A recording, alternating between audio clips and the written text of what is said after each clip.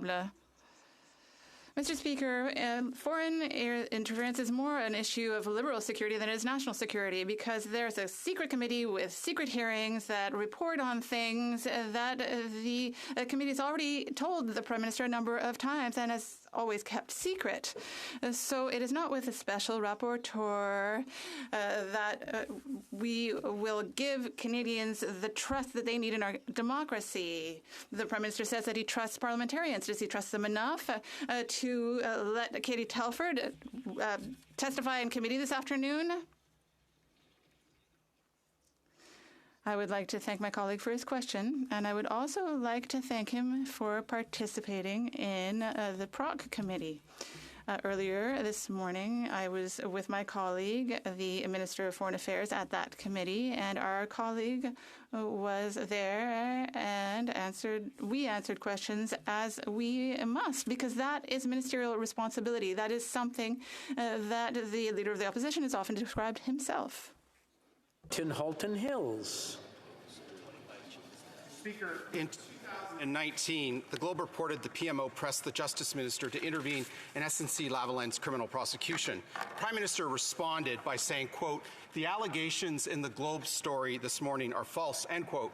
The allegations were later found to be true by the Ethics Commissioner, and the Prime Minister knew it. The Globe has reported that CSIS documents show Beijing uses tactics to provide undeclared cash donations for federal elections and illegally reimburse donors.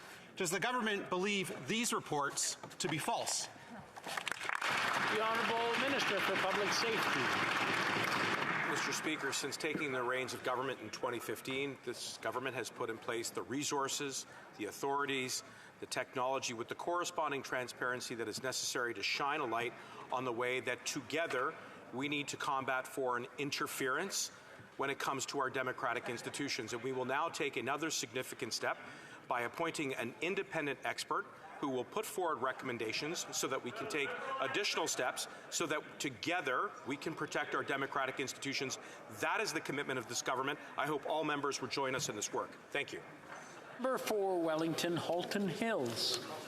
Mr. Speaker, last month on February 23rd, the Prime Minister said in response to the Globe story about how Beijing uses undeclared cash donations and illegally reimburses donors that, quote, "There are so many inaccuracies in those leaks," end quote. The next day, he backtracked and said he wasn't referring to the Globe story, but to some comments made 2 months earlier by his national security advisor, Jody Thomas.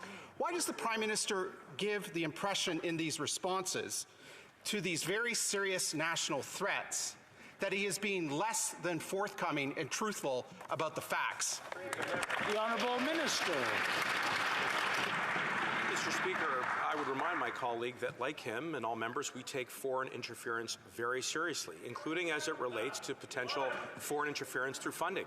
That's why this government put into place Bill C-76 to crack down on that threat. In addition to that, we set up 2 independent panels made up of our top public servants who verified that the elections in 2019 and 2021 were free and fair. And now we will continue to work with public servants as well as with the independent expert in the Special Rapporteur to do this work together. Thank you. Honourable Member for Leeds Grenville, Thousand Islands and Rideau Lakes.